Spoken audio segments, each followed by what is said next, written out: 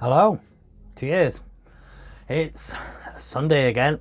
It's time for a sit and a bit of a chat about the week, I suppose, that's passed. This again is the Black Forest Ghetto, and it's starting to come together really nicely. The cherries, they haven't diminished at all, really. They're still quite prevalent. The chocolate is less so, but is blended more with the flavours of the stout, really. So it's not like stout chocolate cherries. They're starting to meld and become very nice beer. So I didn't do a homebrew Wednesday this week. I was a bit ill. Nothing major, just a bit ill, really. Under the weather, headaches, just wanted to sleep, really. Better now, but I did get a couple of brews on last week. I'll go through it. I did another Ruby Mild. This time, Peter Hodge sent me a recipe from Sarah Hughes' camera one. If you don't know Peter Hodge, you'll find him on YouTube as the Watford Gap. Lovely brewer, lovely guy. Also into his model railways. And if you didn't know, I am too. So the Peter's Mild recipe, I've just got my iPad. Well, that's not an iPad. Tablet is 4.2. I did 19 litre version. The recipe in that camera book gives it in. You can do the 19 litre, 23 litre. Another one, I didn't look at what the other one was. So 4.2 kilos Marisota, and then 745 grams of crystal malt. It's a lot of freaking crystal malt, that, isn't it? I don't think I've used that much crystal in a year in the normal brewing. But yeah, that's that. And the hops were supposed to be East Kent Fuggles and Golding. Well, I said to Peter, I only have East Kent Golding, so I'll just go with that. He's like, well, East Kent Golding is like the posher version of Fuggles. It's the upmarket version. So just go East Kent Golding. And I was going to, but what I thought was a 100 gram pack actually had already been opened. There's only 16 grams in it. So I had to use some First Gold. So it was East Kent Goldings and then First Gold. And then I used the SO4 yeast, I believe. Yeah, SO4 that I had in for this. And then I cleaned some of the trub I'd dropped out from the fermenter and cleaned it, washed it, and put that back in, and that was away in hours. So that was the first recipe I did. So it's 1.059 was the initial target, but it came out something like 1.064, and I'm having this at the minute. That I think it's because I've started using the water profiling that you get with the Grainfather app now. And I use sulfuric, the 10% sulfuric, I'll show you. I use the AMS, is it? Yeah, AMS liquor treatment, this stuff, which is less than 15% sulfuric. So that's to get your pH down, etc. And I've been using that, and I seem to be getting ridiculously over every time now in my mashing, etc. I could, at the end of the brew day, I've got the right amount of beer, but it's so much higher. So I'll need to tinker with the profile for my Grainfather to up the efficiency a bit on that, because it's coming out too strong for what I'm doing. Oh, that's so nice. What else? So the second brew, have I finished talking about that one? Yeah, so that's still tickling away nicely now.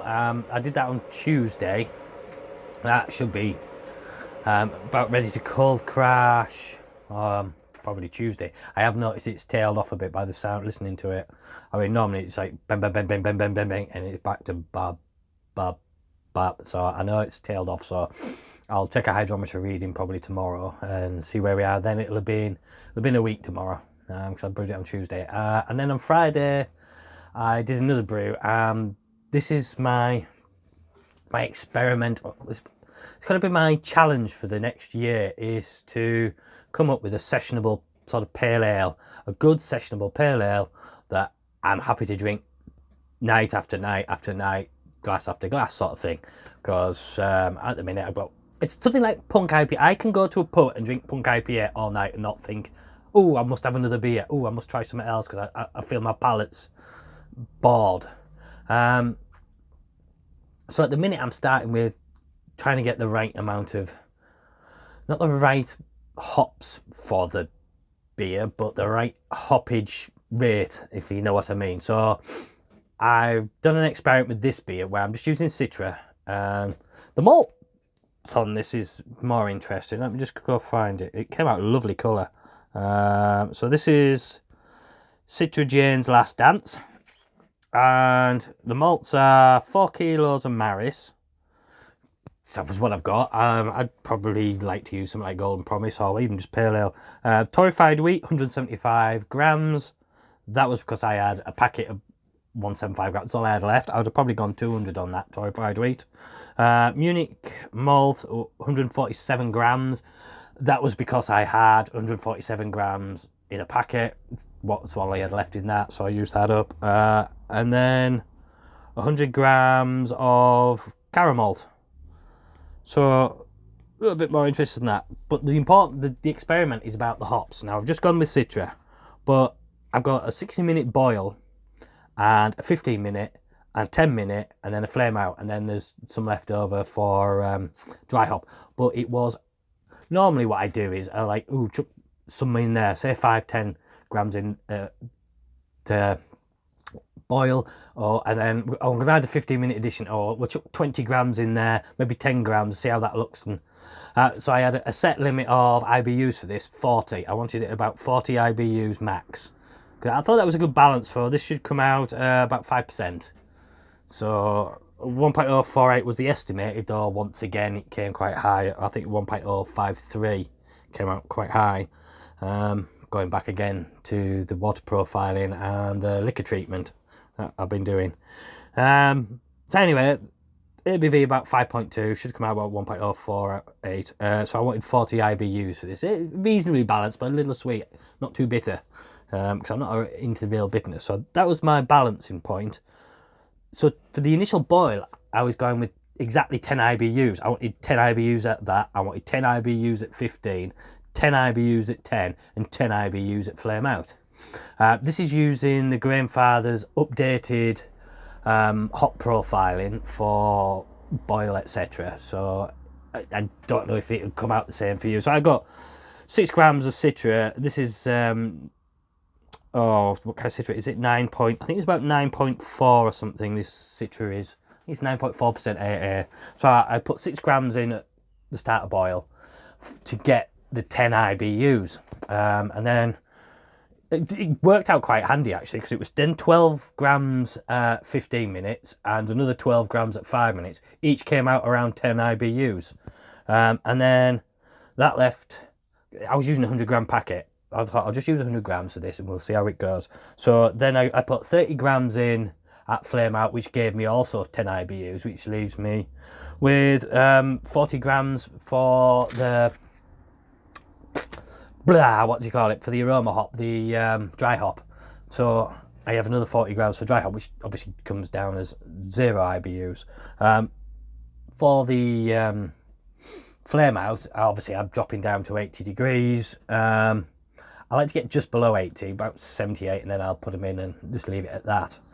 So I was quite intrigued to see that worked and how that works, because I mean, when it went in the fermenter, it smelled amazing. And this is dropping again onto the Kiwi Pale Ale yeast from Cross Maloof that I used in the last Pale Ale I made, the 7 Dead in Idaho, and that hasn't come out very well at all. I'm still not impressed with it. It's getting better, but I think it's Idaho 7. I don't think I like it.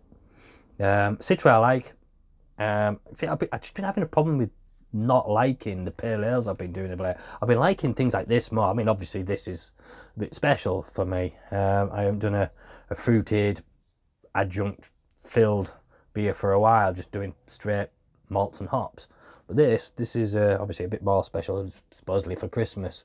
I might have to brew it again very quickly because I don't know if this is going to make it that far.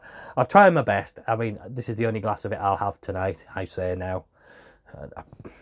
If I do.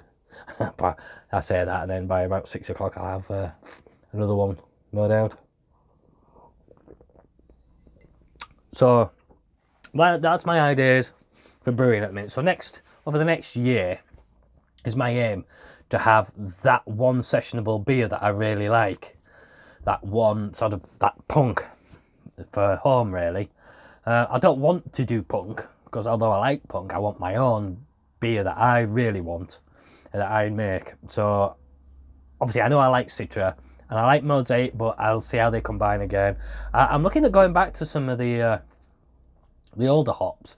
I mean, everyone's the new hops, and that's been great. The Idaho 7 I can't say I'm really enjoying.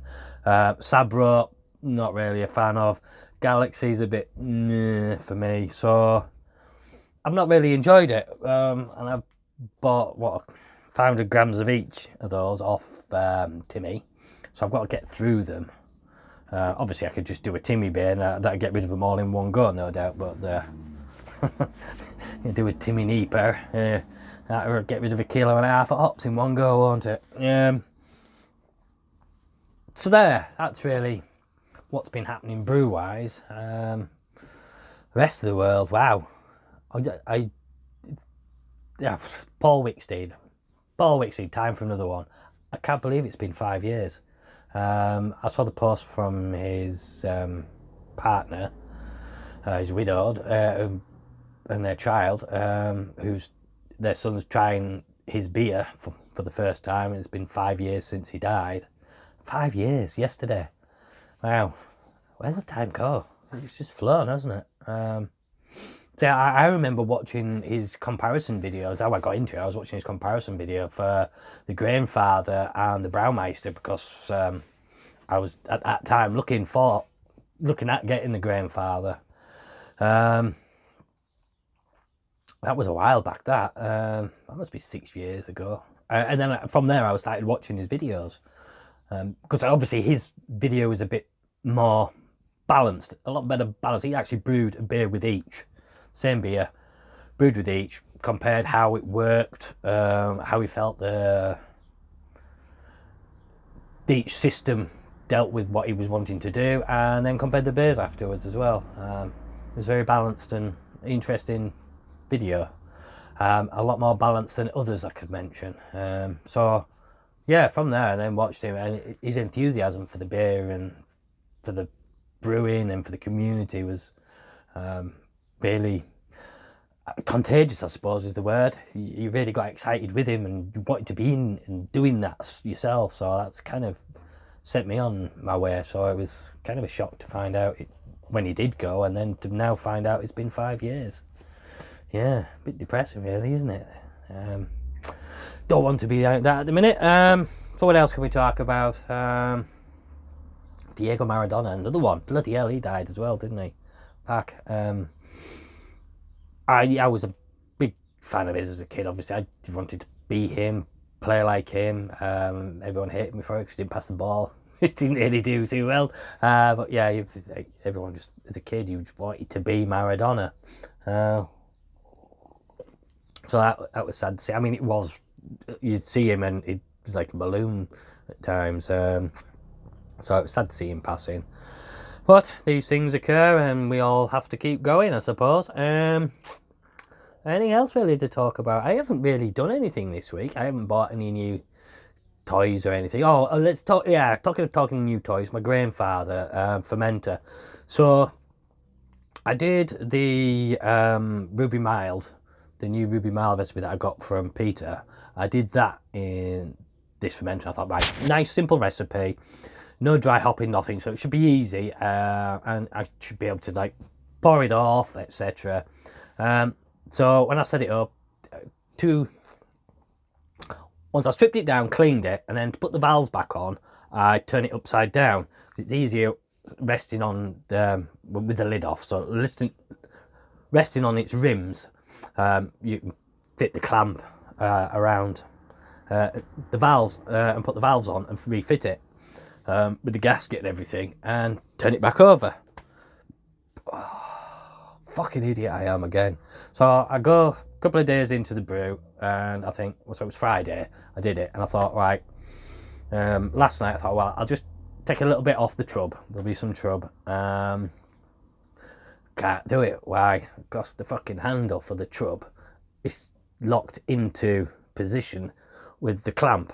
So there's like a little ridge on the clamp and it's hooked into it. And I can't fucking get, without undoing the clamp and taking the valve off and having beer go everywhere, I'm stuck with, I can't do the fucking, get rid of the trub. Fucking thing. So I'm not having the best of times at the minute with this. It's a very steep learning curve I'm going through with it. So I'm hoping that the trub doesn't go too high and then once again I'll have to use the fucking auto siphon. I'm hoping that I can draw it off normally through the actual valve for transferring. Because if you don't have one, how it is there are two valves. There's a valve that just opens here, sort of, and lets it, and that's the trub valve. That releases what's in the cone. And then there's a pipe that comes right up with holes at the top of the pipe to draw the beer through. And that's the second valve. You turn that and it just draws it from the top and pulls it through. So hopefully it misses the trub, which obviously you've been getting rid of on frequent occasions to ensure that it's not got it in the beer, so you get less yeast in the beer to help for clarity, etc. And for when you transfer. Yeah, so, and I've got that stuck at the minute, and so whatever trub is in there, and there's not a lot I can do about it for now. So hopefully that should be fine, and I hope it is. Yeah,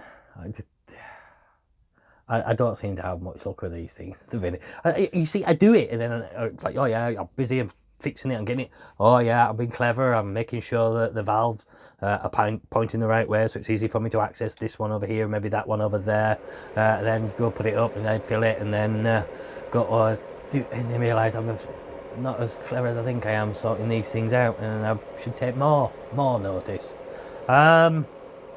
Mike dropped me around a couple of beers. Mike Ockroy, he lives down the road. I've been and done a brew day with him before. That was a bit of a drunken affair. He tells me it's just about, he just bottled it and it coming out really nice now. That was his saison. He popped around to drop off some bottles during the week. Some bottles there, and I was like, whoa, well done, and gave him a couple of bottles. So he's tried the Black Forest Ghetto, and I gave him a Ruby, the original Ruby Mild I did. So he's had one each of those, and he tried he said, oh yeah, I've not been drinking this November. I'm having November off beer. I'm drinking gin and whiskey, but I'm not drinking beer. So, and I'm going to the gym a bit more, so I'm trying to lose a bit of weight. So, all right, yeah, Bill, good. So here's the Black Forest Ghetto. It should be fine by the time you come around to drinking it in December. Nah, couldn't wait, could he? But anyway, he said it was thoroughly enjoyable, which is good. And my father-in-law had a bottle, and he thought it was very nice, but I can't really use him as a bellwether, really, because his normal drinking beer is Perlenbacher from Lidl, and that's one of his favourite beers. So I can't really use him as a sort of a tester. But Mike's tried it, and he's really enjoyed it. So it bodes well that it's not just me and my taste buds that are enjoying this. And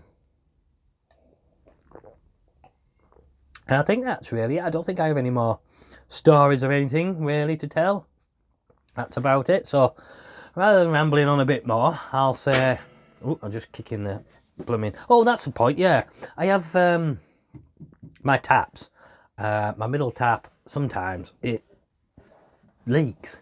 I don't know why. It's certain times you don't push it back right, it leaks. And I lost. I'd gone out, had a beer, and by the time I'd come back, I'd filled my drip tray with Ruby Mild, so that was a tad annoying, I will admit. I wish it had been the bloody 7 Dead Nido rather than that. But yes, that Ruby Mild's gone really well, by the way. I'm really enjoying that now. In fact, I'll just show you how nice that's looking. just do a quick thing. Clarity wise, it's just, yeah, it's bang on now. Which is good. I'm going to save a bottle back of that because I want to do, because it was Peter's idea really, do the camera version of the Ruby Mile and compare it with the Bible version that you did. So that is what I will be doing. I've put a Ruby Miles aside already for that, so that should be all right. Yeah, I don't know if you can really see the clarity of that, but yeah, look at that. I mean, that is a Ruby Mile, that. Absolutely cracking. Not really much on the nose, but what would you expect? Bit of mould, maybe. Oh, look at the lacing. Just lovely. Coats the glass nicely. Flavours, a little bit of fruit on the initial. Cleans up a bit. And then you're there. Yeah. It's a lovely beer. So I'll leave it there at that now and say, if you got this far, thanks for watching, and I'll catch you in the next one.